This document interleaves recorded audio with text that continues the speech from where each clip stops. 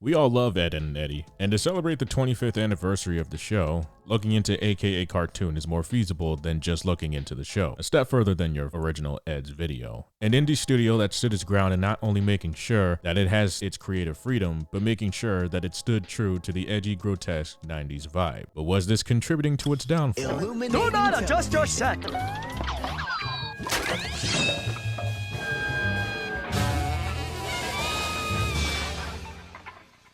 Before we can get into the meat of the topic, the first course is Danny Antonucci, the Italian-Canadian immigrant who grew up loving cartoons and looked to many inspirations from his family and upbringing, which can be seen in his characters such as Lupo and Roll. I love this music, it is so shiny! During the beginning of his career, Danny would drop out of Sheridan College to work for Hanna-Barbera's division, Canimage Production. At the time at Hanna-Barbera, he would work on Richie Rich, Scooby-Doo and Scrappy-Doo, The Smurfs, and the Flintstones comedy show. Later on, would land a job at International Rocket Ship Limited before making his move to Los Angeles. This studio would be responsible for these moves here.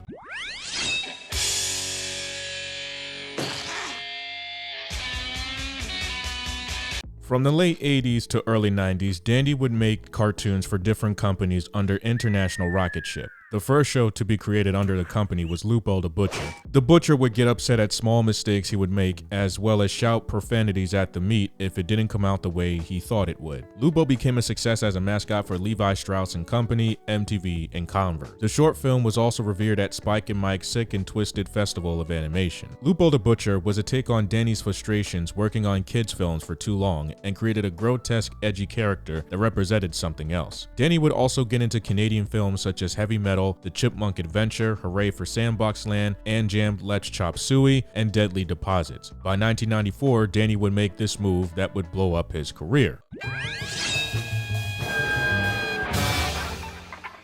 On April 1st, 1994, April Fools! Danny would create his own independent company, A.K.A. Cartoon. First show to come out of the studio was The Brothers Grunt for MTV. The show would have a short run from 1994 to 1995 about the brothers getting back their chosen one, Perry, from the human surface. MTV would also get the show Cartoon Sushi, which was a skit show that was a lot more gross and edgy, akin to Kablam, What a Cartoon, and Oh Yeah Cartoons. Fun fact, John R. Dilworth would produce certain episodes and skits before going on to make the pilot script to Courage the Cowardly Dog. Although these were short-lived, Danny would create this masterpiece that all of us know. Do it for Ed, Eddy! I'd swear, but standards won't let me. After Danny's time on MTV, someone at the studio would dare him to make a kid's cartoon. As frustrated as Danny was about this, he makes a cartoon about three outcasts in the cul-de-sac, and Ed, Edd and Eddy was born. During the making of the cartoon, Danny would bring over the pilot script to Nickelodeon. At the time, Nickelodeon was dealing with Nicktoons, would greenlight the series, however, would stifle creative freedom on the show, making sure it fit with Nickelodeon standards, which clearly went against their core philosophy. After rejecting the offer, brings the cartoon over to Cartoon Network. Mike Lazo is appointed assistant to directors and loves the edgy cartoon. Lazo then orders the first season with full creative freedom. On January 4th of 1999, the show was released with the first episode, The Ed Touchables. Danny created the world as he grew up, and the Eds are a manifestation on how Danny and his sons are emulated. The cartoon also takes inspiration from a lot of cartoons from the 1930s and 40s. If you look more closely, Ed, Edd and Eddy is our modern day Charlie Brown and the Peanuts gang. You have your Charlie Brown, Schroeder, Lucy, Peppermint Patty, and minority character. I mean, come on. Johnny 2x4 is a combination of Franklin and Linus Van Pelt. What? You hate bald kids too? The animation style keeps up with the Peanuts cartoons, from Ed's iconic runs to the outlines, which also represent Squiggle Vision, which is a computer animation style and program invented by Time Snyder from Soup to Nuts, responsible for the shows Science Court, Dr. Katz, Professional Therapist, and Home Movies. Music scores range from jazz to 12-tone blues, while the intro song is a tribute to Bob Crosby and the Bobcat song Big Noise from Winnetka. The main theme whistle came from Danny himself, while the compositions came from Patrick Kyard. The story is basically the Eds getting into trouble with scams for 25 cents to acquire jawbreakers. With Eddy played by Tony Sampson, the idea and leader, Ed, Double D, or Sockhead played by Sam Vincent, the inventor and assistant to the ear of Eddy, and Ed played by Matt Hill, the brawn, dim-witted, happy-go-lucky member of the team. Everyone thinks the story was a Scam of the Week episode, which is semi-right, but it gets a little deeper. The Eds were outcast to the cul-de-sac kids mainly because of the fear of Eddy's brother,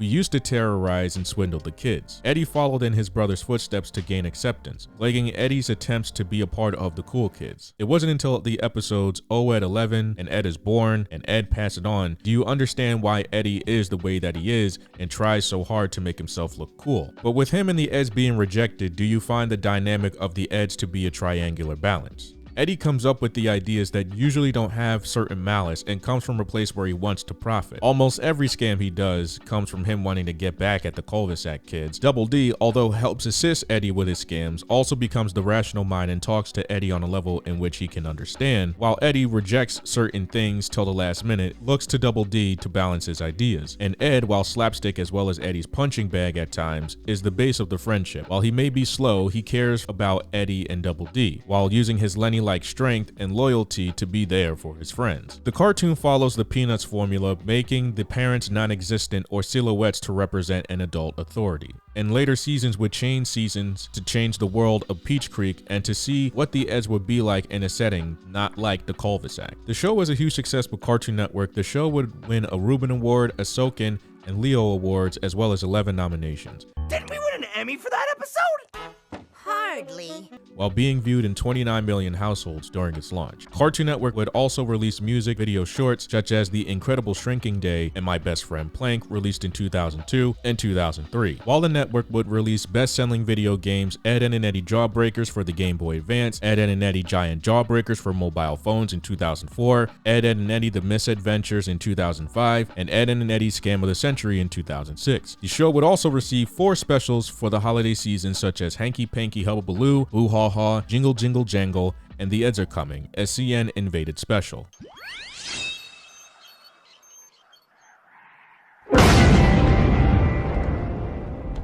In 2009, Season 6 was withheld to only 3 episodes to make the movie, which took 2 years to do with the original cast. The movie is a season finale to the Ed, Edd and Eddy trilogy after a scam gone wrong brings the Eds to flee the Peach Creek cul-de-sac on a quest to find Eddy's brother to protect them from the wrath of the cul-de-sac kids. Everyone is tested, from Kevin and Naz's quasi-relationship to Johnny's declining mental health and the Eds' friendship. The friendship between Double D and Eddy is highlighted more as Eddy, who would create scams to get quarters for candy, would get them jammed up time and time again. While the Eds would receive punishment, the damage done was way too far this time, making Ed confront Eddy's childish demeanor, while Eddy throughout the show would never learn a lesson and make every attempt to be cool. However, he would see that every attempt was crushing him on the inside, realizing that his only 2 friends in the world is all he had left in times of crisis, only to drive it home to when Eddy would seek protection from his brother, would exert violence and humiliation against his brother, making the entire neighborhood realize why Eddy was the way he was. After his brother's defeat, comes to the realization that everything, including the movie's events, was a lie and cover-up so that people would see him as cool, and that carrying his brother's legacy in the cul-de-sac was the reason for the trio's outcasting. The kids would come to a charge, and in a last-minute plea of apology, the kids accept Eddy's apology and understand that all Eddy wanted was to be accepted, and after the journey was done, the Eds and the cul-de-sac kids become friends, while Johnny 2x4 becomes the outcast, mainly because he was weird to begin with. With the kids singing the friendship song, Johnny and Plank become evil and want to exact vengeance on the cul-de-sac kids,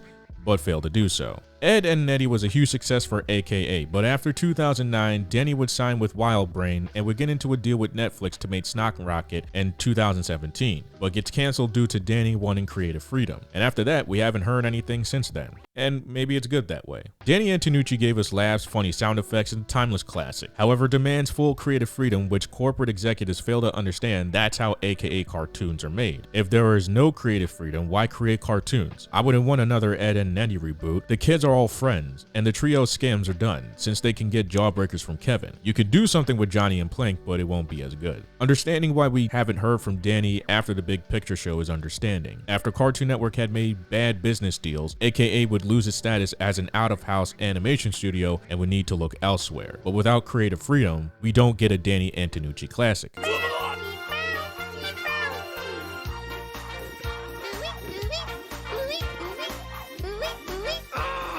me, Eddy. This is my song.